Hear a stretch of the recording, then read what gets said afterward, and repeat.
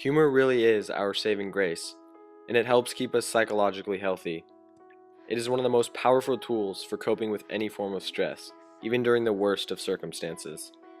I believe humor truly is the best medicine. This last summer, I listened in on a phone call from my grandma informing my dad that his brother, my uncle, had tragically passed away after being hit by a car while walking during the middle of the night. My dad was never one to show emotion, especially around my brothers and I, but for the first time, I could see the sorrow take a great toll on his aged face. When I first received the news, I didn't know what to think. Growing up, my uncle was just a person I received cards from every now and then during the holidays. At the time, I felt frustrated, upset, confused, and even curious. However, I felt obligated to fly out east to attend the funeral. The funeral home was small, but very well decorated. As the families arrived, they played a little slideshow of photos with pictures of my uncle.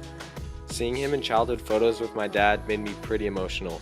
I felt like I was just now meeting him for the first time.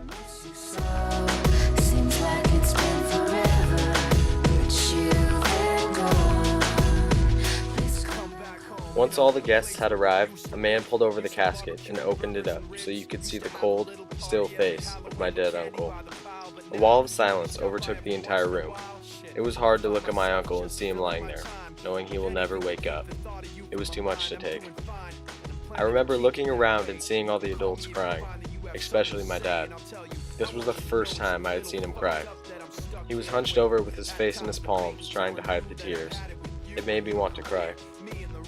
Soon after the tears really began to fall, did my other uncle, my dad's eldest brother, enter the room. He had a smile on his face, and I wasn't quite sure why. I sat in awe as I watched him make his way around the room. He told all kinds of stories, and even jokes to lighten the mood. The power of his humor lifted the heavy faces into smiles.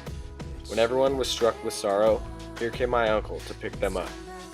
He used humor to turn this distressed funeral into the celebration of a great life. No one wants people to gather and cry over the fact that they are gone, but to recognize the impact and difference they made in the world. Before I knew it, more people were laughing and rejoicing than crying. We may not be able to control our fate, but we can control how we react and reflect on what happens to us. Though times are not always great and we get depressed, humor releases us from everything going on so we can appreciate the good things in life. I believe humor is the best medicine. I miss you so